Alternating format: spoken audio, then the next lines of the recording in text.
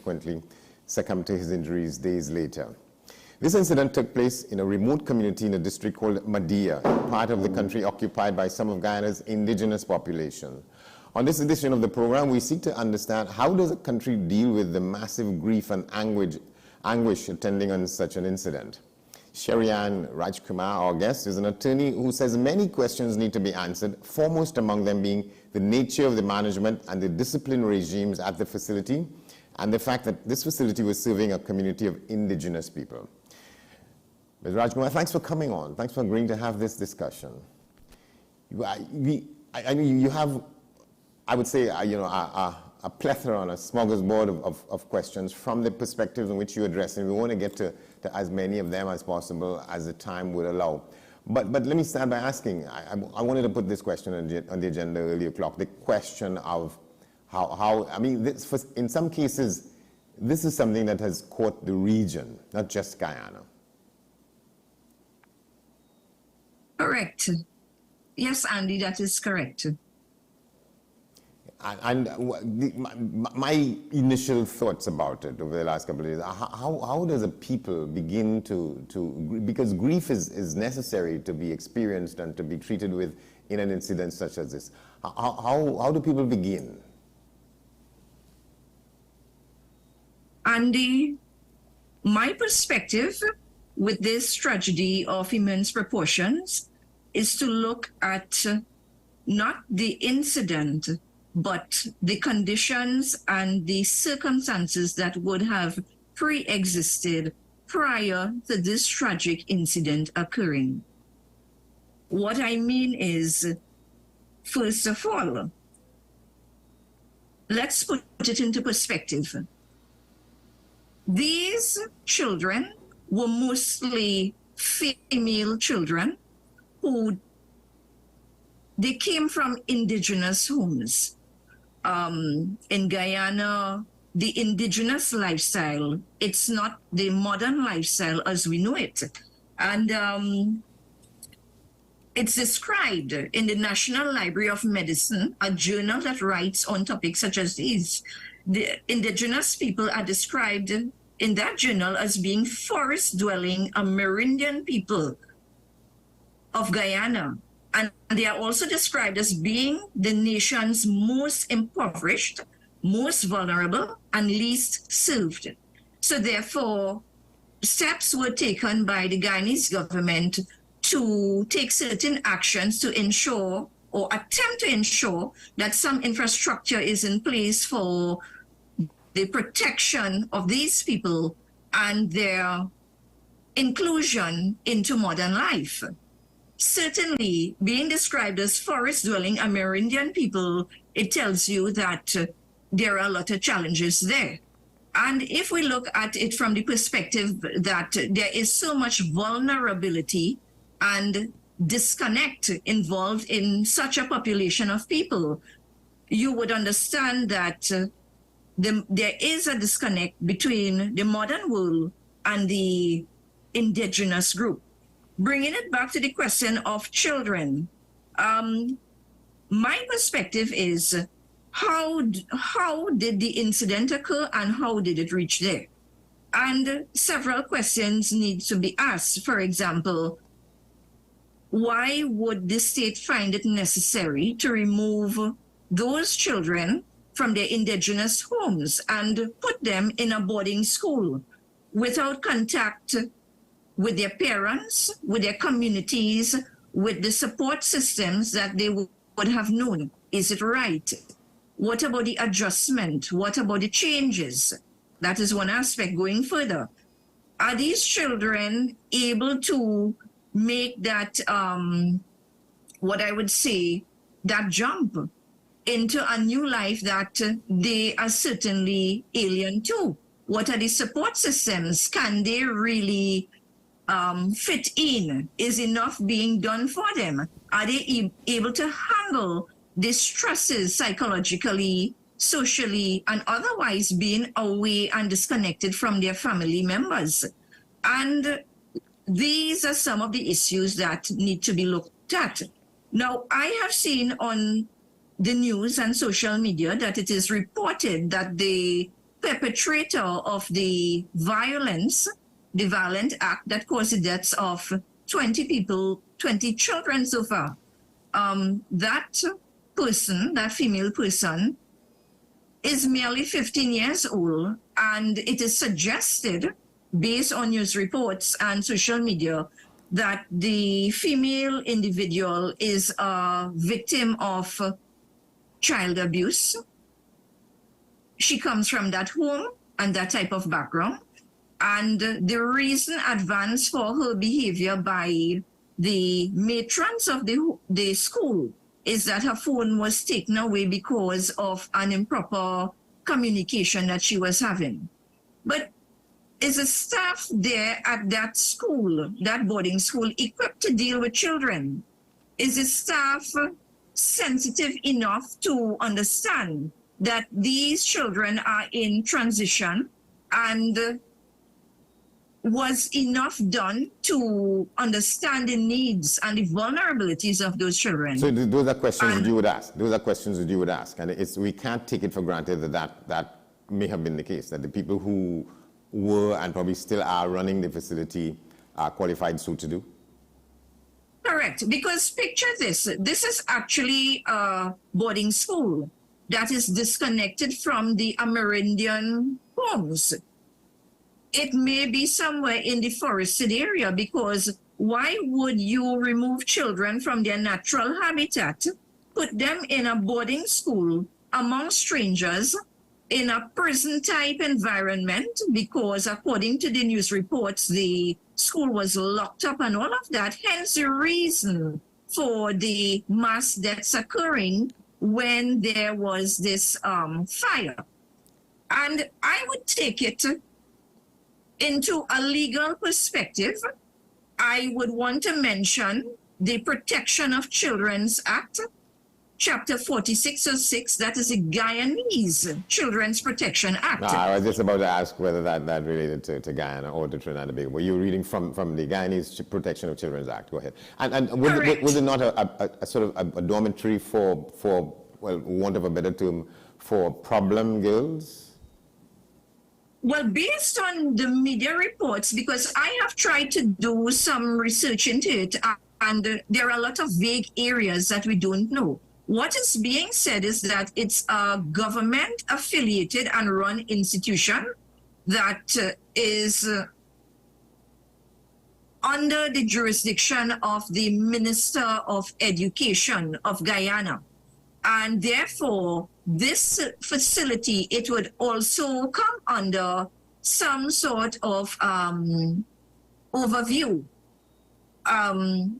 of the Ministry of Education in Guyana, and certainly it would be subject to the Protection of Children Law and Act, which sets out certain codes of conduct that children generally should be given and exposed to, particularly when in the care of others. And I can identify some areas that are important to this whole issue, right? Because this Protection of Children's Act in Guyana, it is quite comprehensive, but the question is whether or not the people who are responsible for the children in this particular boarding school, were they able to handle that responsibility in keeping with what the laws of Guyana that protect children, what those laws would require. And I am not in a position to say whether they were or they were not. I hold a particular view, a personal view. And certainly I can tell you what the Act requires. Yes. Right? For example, the Act requires that any body or entity charged with the administration of provisions that deal with the protection of children and the safety of children, that organization, institution, or administrative body must be concerned with the interests of children, and that has to be their paramount and overriding objective. That is what the Act says. The Act certainly goes on to state very specifically that persons there, they are to be assured, and I'm quoting, assured of the personal safety, health and well-being of children. That act also goes on to say that it recognizes, the Guyanese law recognizes that the family is a basic unit of society responsible for the safety, health, and well-being of the child. Even if they are in a facility such as this, what we could make of it to the best of our ability? Well, these are the general principles upon which the Act operates. So the Act assumes that the responsible approach is that the family is the basic unity, that the basic unit that is responsible for the safety, health, and well-being of the child. Of course, if otherwise can be proven.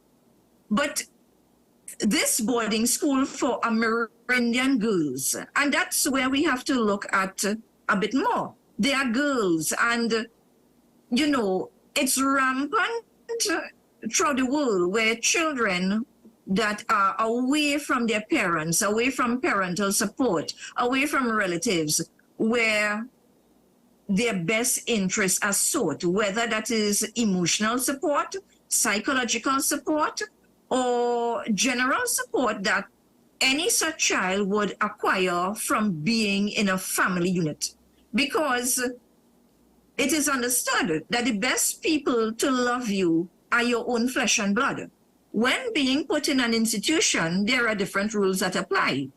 And the expectations of the Protection of Children Act in Guyana certainly requires people to act or fit the role as close as possible to that of a parent. And in this case, it's Amerindian children. So certainly that's the perspective it has to be taken from, the Amerindian family, right? The Act goes on to say that it recognizes that members of the general community are responsible too for securing the interests of children.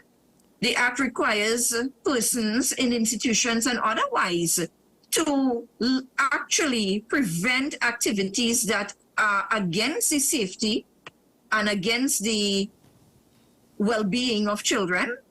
The Act recognizes that there is a need for kinship ties between the wider society, family, and children to support children through the developmental process. And of course, the Act places a responsibility on the court and directors involved in child protection to take this approach. Yeah, and you're raising that to say to what extent you're probably not sure as to whether these provisions were in place and functioning at this facility. And you describe it as a boarding school, as distinct from a correctional facility. Which exactly is it?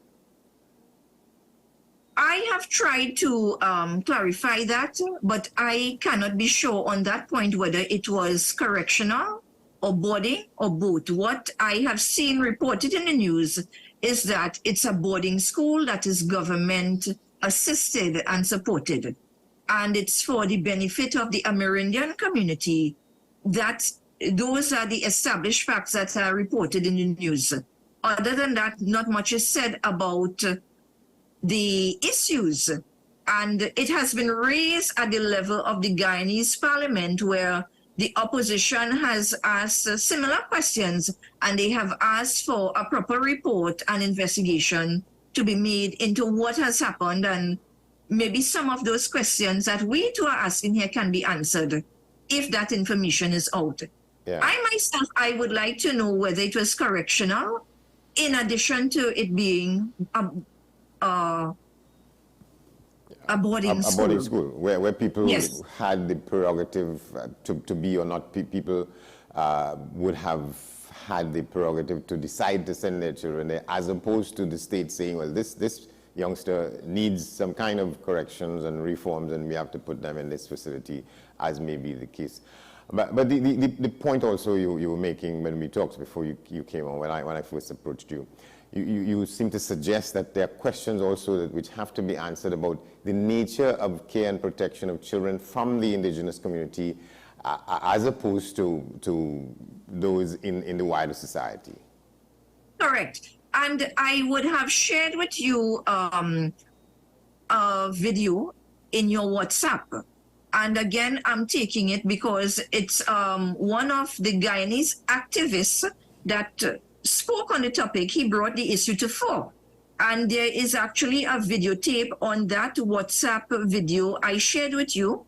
You would see in that video members of the school, the school children, they were schoolgirls in their early teens. They were being subjected to a religious ceremony that was not Amerindian. It was Christian.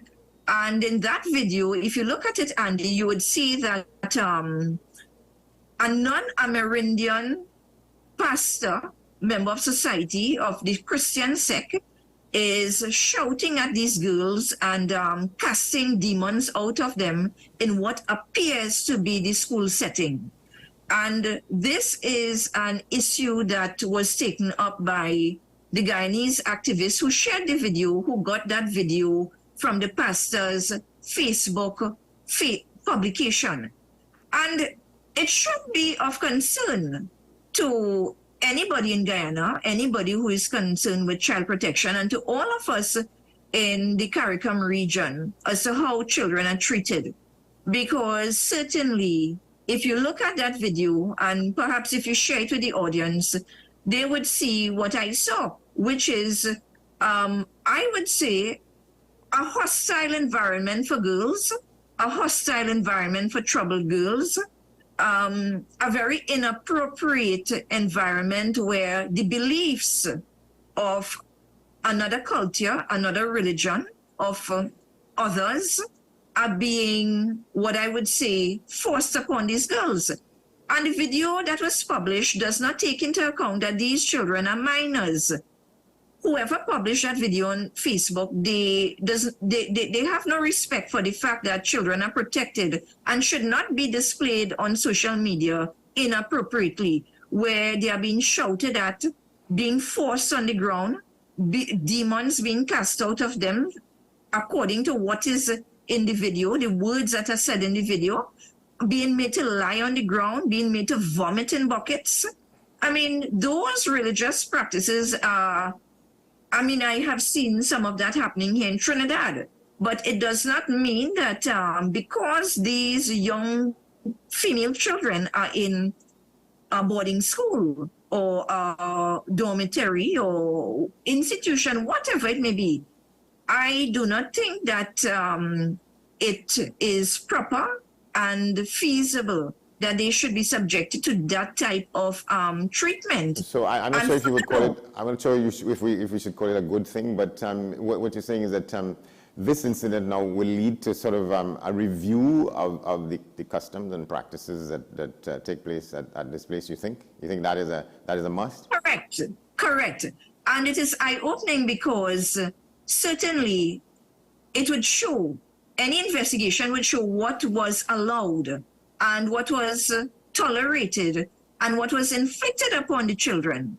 And certainly looking at that video, those, as you say, customs and practices, in my personal view, those customs and practices are not suitable for children and can only be suitable for children with the consent of their parent, because those are unfamiliar religious customs and practices. Your sense is that, the sense I get from you is that there is one way for treating, non-indigenous people in Guyana and a different way for dealing with indigenous people. What I would say is that I have not had any personal experience with the indigenous communities. I am going by what has been reported in the news, but certainly in Guyana, there is the Protection of Children's Act, and there is also legislation that seek to protect the interests of Amerindian people, native people, because in the Guyanese laws, they are considered to be vulnerable. And certainly, if these people, especially children, are so vulnerable, then there must be adequate social structure and policies in place to ensure that those vulnerabilities are reduced. And in my personal view, what I saw being published on the news and in social media, I believe that the vulnerability gap has not been closed. All right, we need to take a break. I want to come back and let's deal with how it appears that the grief that has been visited upon many of us who looked at the incident will be intensified or has been intensified and will sort of weigh even more heavily based on what we might agree, shortcomings in the approach to management and governance in the facility. Stay with us. We'll be back in a moment. This is 10 Questions.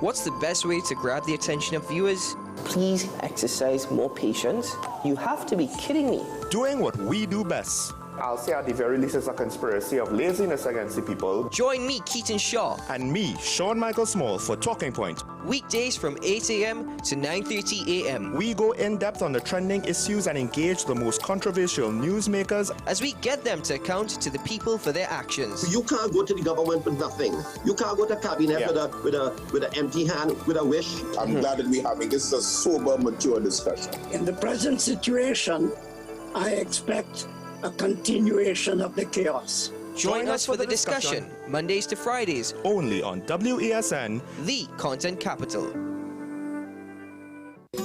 Take some time for yourself or spend some time with the family at Sandy Point Village Hotel. Enjoy our various studio and suite apartments, self-contained with their own kitchenettes and Wi-Fi. We also have our famous 100-foot swimming pool and our beachfront restaurant, the Steak and Lobster Grill. And our location in Crown Point puts us near the center of activity from the nylon pool to the local nightlife.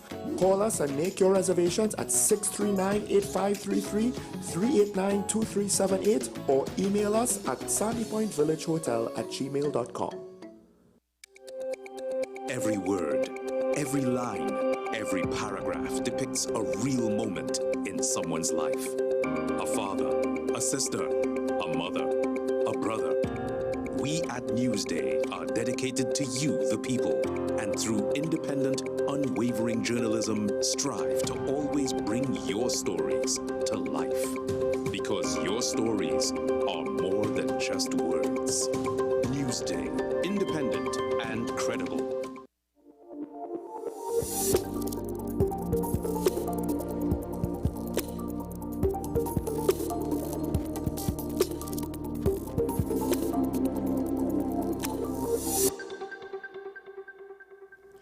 Welcome back to the program. This is 10 Questions. We're calling it the Madea tragedy. That's the incident in which 20 youngsters perished in a fire set by a 15-year-old girl reacting to the fact that her cigarette lighter had been confiscated by someone in authority at the place. Our guest, Sherian Rajkumar. Let's talk a bit how in the grieving and the weeping and the wailing and the gnashing of teeth, that word, over this incident has been intensified by what you're talking about, the questions having to do with the way in which the place was being run in the first place. Yes, Andy. If we look at what these young girls were subjected to, and as I said, these scenarios have been recorded and shared all over social media by religious groups or group that are not Amerindian affiliated. And I don't see permission for the parents being granted to carry out that activity. I could be wrong. Grief starts at the point in time when you see your child or you see your children being subjected to a different method of socialization, to different parameters for whatever reason, because we recall that these girls were taken from their homes or left their homes, whatever way it took. They were disconnected from their families and they actually lived in isolation in this boarding school. What about the grief of the parents who trusted the institution to leave their children there? And as you mentioned, what if the parents had no choice? What about if the facility was correctional? Here it is, we have parents who would have gone through that feeling of loss, not having his or her precious child or children at home in the safety of and comfort of the Amerindian home, not necessarily a modern home, because the Amerindians have a different lifestyle. What about the grief of the Amerindian community, the Amerindian parents? What about their way of grieving to not have their children at home? For me, that's a very key starting point. If we go further, what about the grief of children who were there at the home, including the perpetrator of the act? What about her grief, being a child of abuse, whether it is domestic, sexual, physical, we are not sure. But it is clear that the perpetrator is in fact a victim. She is not a normal child with a happy, healthy, and well-productive life. What about the grief of both the parents and children, going into the unknown without the support systems that are relevant to indigenous people, and now having to deal with the whole issue that I have put my child in your care, I would have trusted you as a state institution, and now I'm in a position where I have lost trust in the state to care for my child, because the state actually exposed my child to the worst type of harm, which is death by fire in a locked building.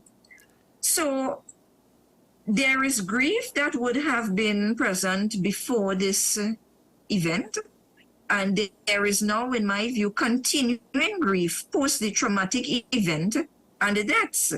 Yeah, you think it's adding more to the injuries suffered by a lot of people here, that she's going to be, I think it was an announcement that she's going to be charged as an adult, although she's 15 years old. Do you think that is piling up more grief on top of grief?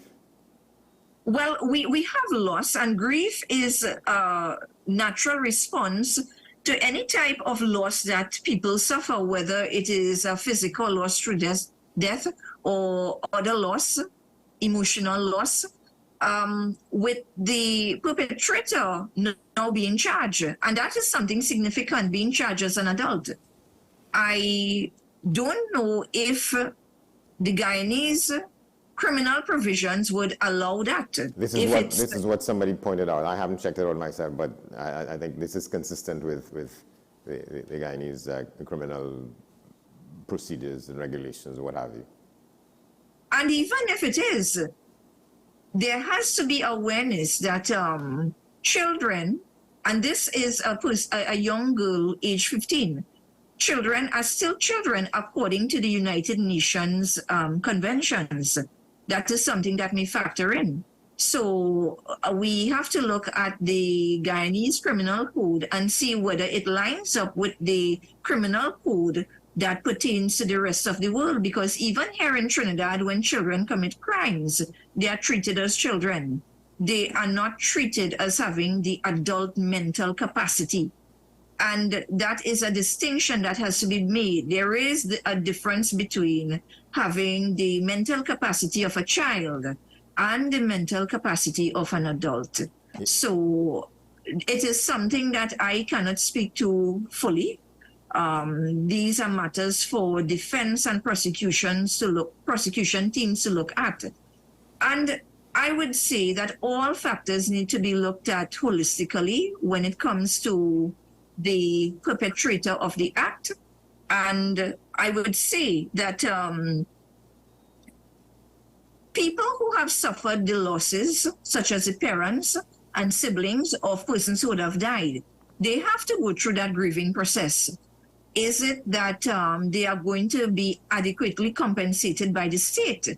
because certainly financial and monetary compensation does make a loss easier to bear than if you have to bear those losses yourself, in the sense that there would be funerals, there would be burials. Having a child meant that you would have had a person who would reach adulthood and contribute to the home financially and otherwise.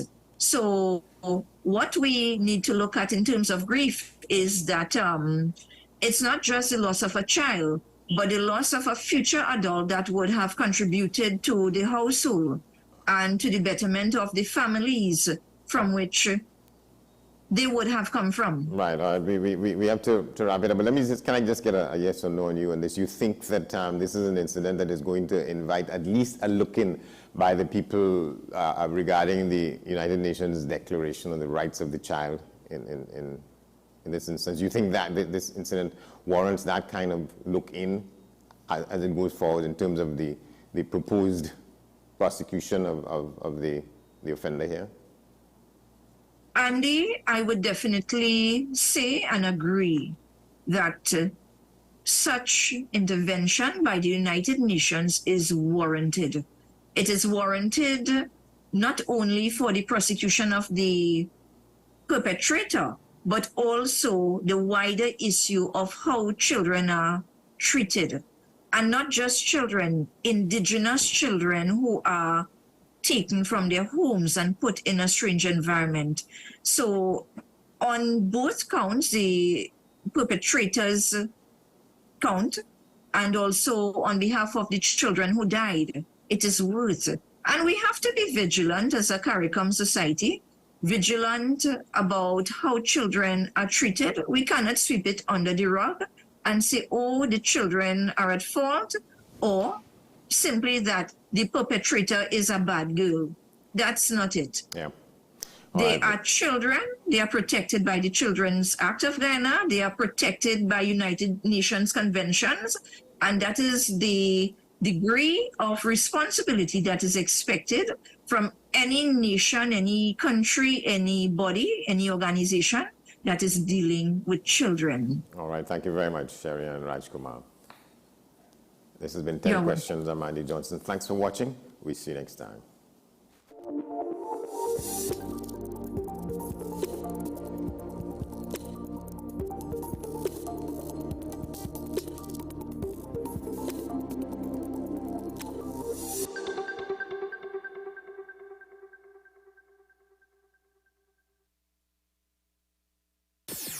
WESN.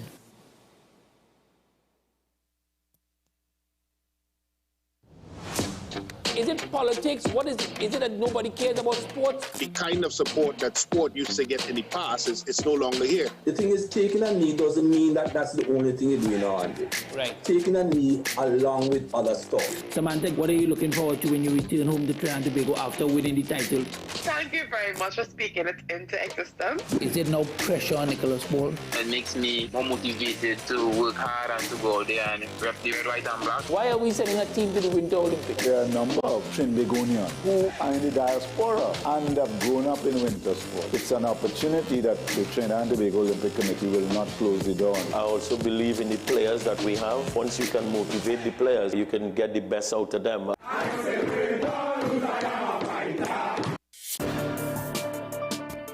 People really want to know, what about me? Where do I fit? Yes. What is in the ride for me in terms of a better Trinidad and Tobago? And I'm pleased to shed some light on that. The purpose of bail is to ensure your attendance at court. That's it. It is not punitive. It is not rehabilitative. We, the police officers, we are professional, and we are here for whenever the survivor is ready to come forward. We have the right to private and family life, the right to religious freedoms and beliefs and thoughts and expression. But these rights are not absolute. Certain rights can be limited.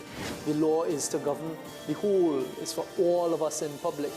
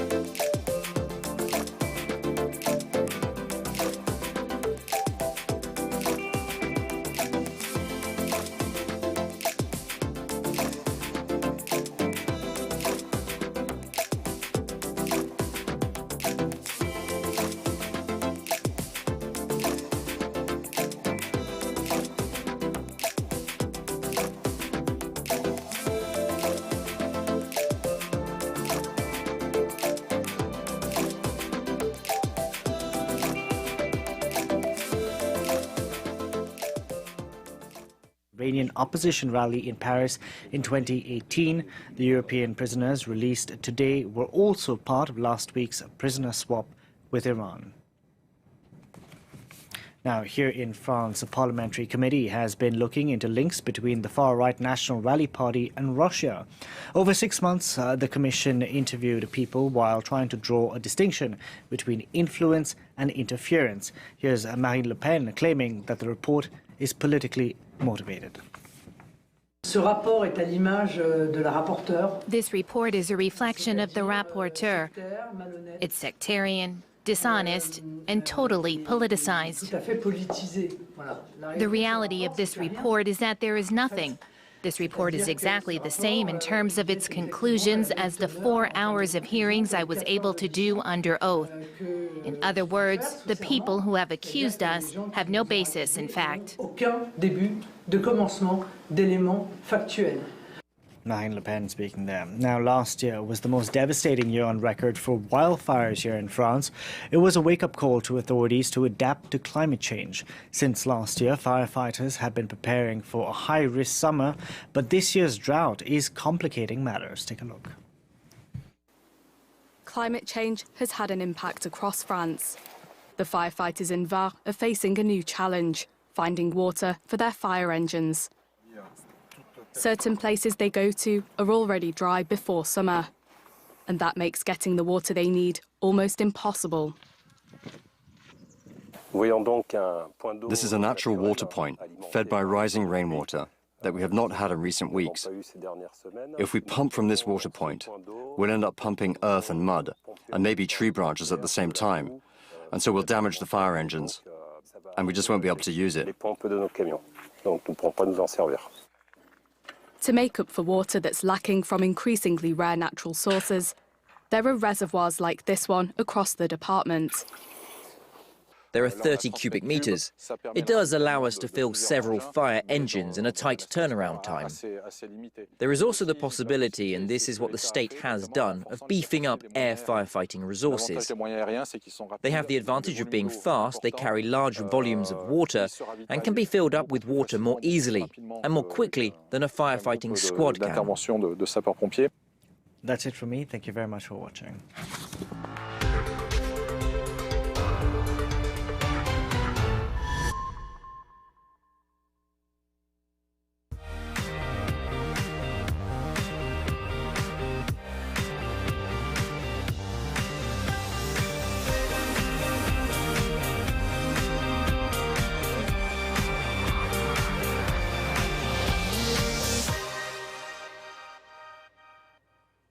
Hello, I'm Annette Young and welcome to the 51%, a show about women reshaping our world. Coming up, Spanish women become the first ever in Europe to be able to take time off work for severe period pain. But could such a law backfire and instead reinforce gender discrimination? I'll be talking shortly to menstrual health specialist Maria Carmen Panzi. And we also take a look at the latest summer fashion item trending on TikTok, dubbed the Subway T-shirt. It's where women wear an oversized item of clothing so as to divert unwanted male attention when using public transport. Now, in a European first, Spain has introduced a law allowing those with painful periods to take paid menstrual leave. To do so will require a doctor's note, while the public social security system will foot the bill. Spain joining a small number of countries, including Japan and Indonesia, which now offer paid period leave. The government says the law is aimed at ending the taboo surrounding menstruation. Our team in Madrid sent us this report. Chronic tiredness, muscular pains and intense migraines. Endometriosis makes Yasmina's life intensely difficult. Just 42 years old, she longs for a normal life. This is my home. I bought this place to live alone, but due to the pains caused by my disease, I can no longer do that. I need help making my food and often to take me to bed.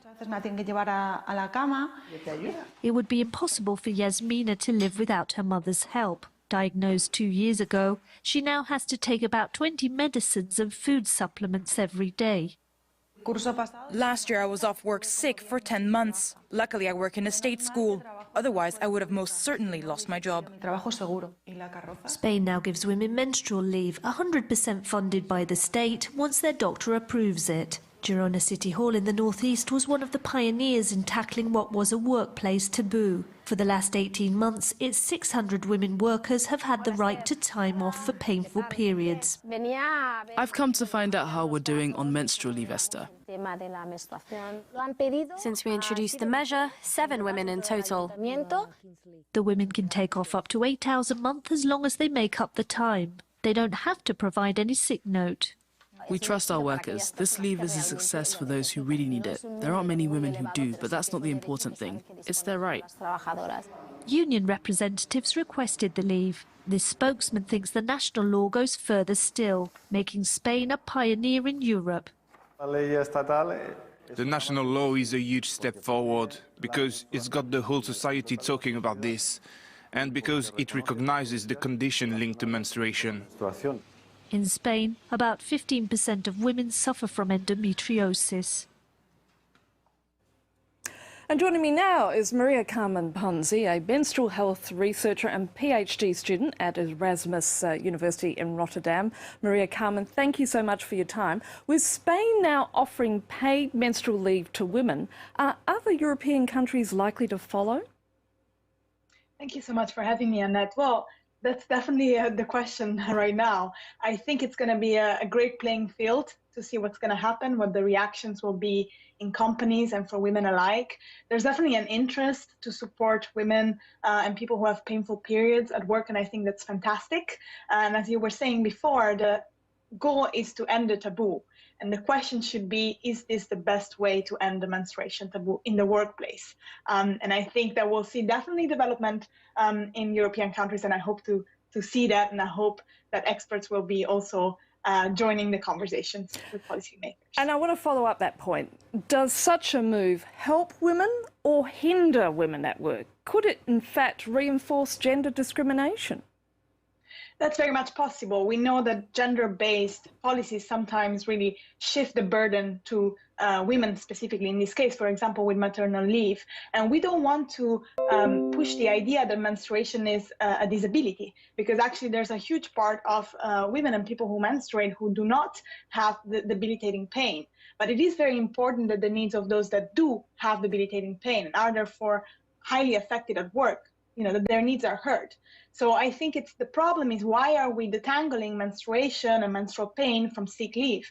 Why are we seeing these as two different things? We don't want to push the idea that the menstrual cycle is something that makes women weaker. It actually is a healthy sign of a functioning body. And so I think that the problem is, if we detangle the two things, if we don't understand that there's a history of women being seen as weaker because of their physiology, we might incur into some problems in terms of discrimination at work.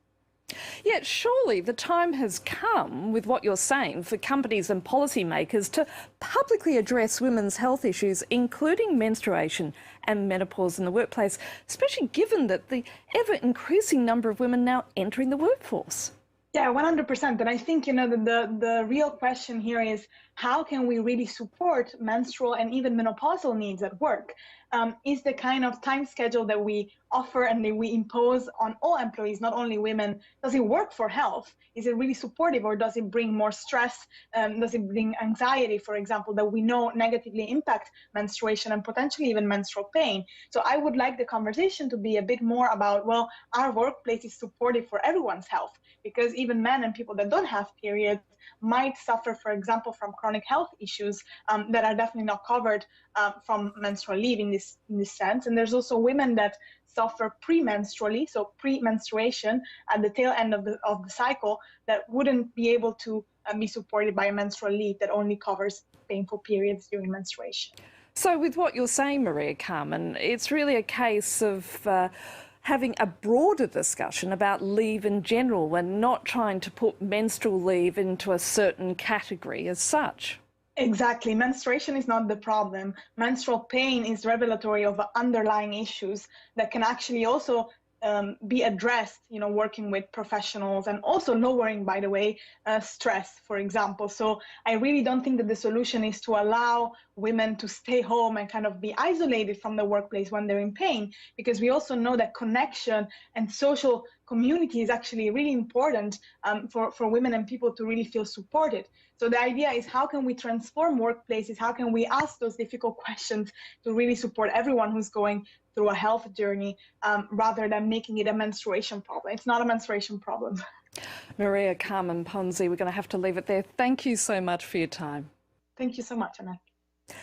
And time now for a summer fashion update. The rise of the subway shirt. It even has its own hashtag on TikTok, which has racked up millions of views. The idea being that a woman wearing an oversized item of clothing on public transport is less likely to attract unwanted male attention. But does it reinforce the message that what we wear is the reason for sexual harassment or assault? Wolf whistles, suggestive remarks and sexual assault. 9 out of 10 French women say they've been subject to unwelcome approaches on public transport. It's not the first time it's happened, and I doubt it'll be the last. You can seldom walk around without getting looks, be it on the metro or in the street. We were talking about this earlier, that sexualize you.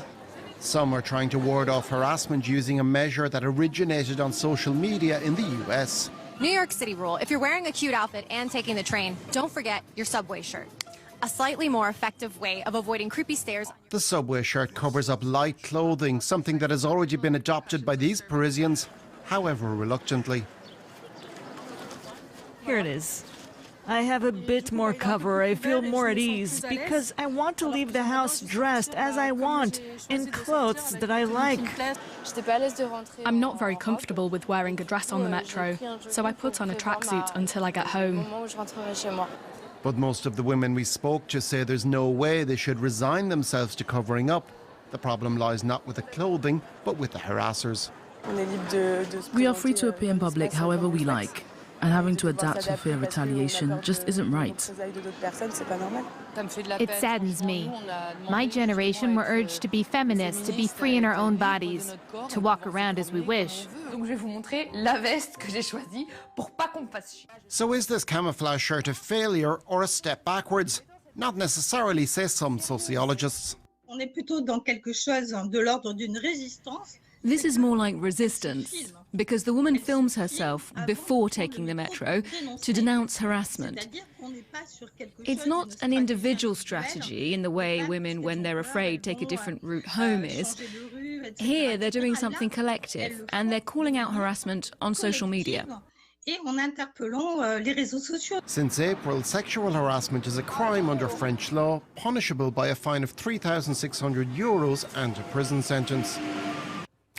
And that's all for this edition. We'd love to hear your suggestions for the 51%, so do get in touch via Facebook, Instagram and Twitter, and you can catch our previous episodes on our website. So until our next show, bye for now.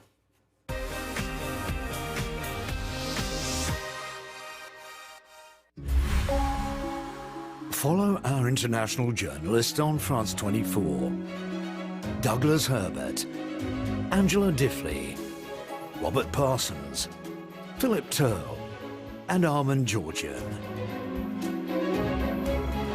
From the newsroom to the studio or live on air, they are on standby 24/7 to analyse world events. Whether tackling historic, geopolitical, economic or environmental issues, our experts get to the heart of the biggest international news stories. They contribute to our special reports and scour the headlines for information. Follow it live. Follow the news. Follow France 24. Liberté, égalité, actualité. In 2018, South Sudan experienced a rare moment of hope. After 5 years of civil war, peace seemed within reach. But what is the situation today? People are living in insecurity. You cannot go where you can work, you can get something for your family. Some 35,000 displaced people live in camps, trying to survive as best they can. When people entered in the war, up to this time, people are still suffering a lot. Crisis of anger, the poverty, and then the killing. However, in Juba, some are hopeful for the future. I think this is the only place where you can get all South Sudanese. But this enclave remains an exception in a ravaged country. Juba Revisited on France 24 and France24.com.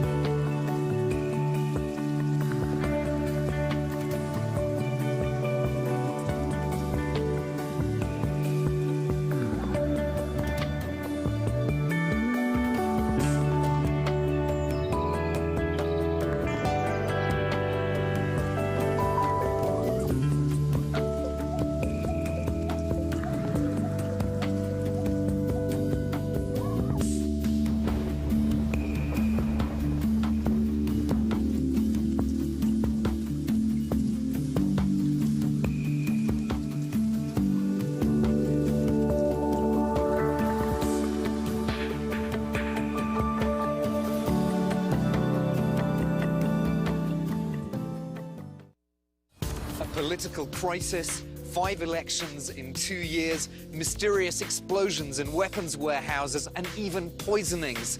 There's no shortage of intrigue here in Bulgaria. In this episode of Europe Now, we dip into the political turmoil and we look at how this country, the poorest in the European Union, is trying to catch up with its peers in the European club. Europe Now on France 24 and France24.com.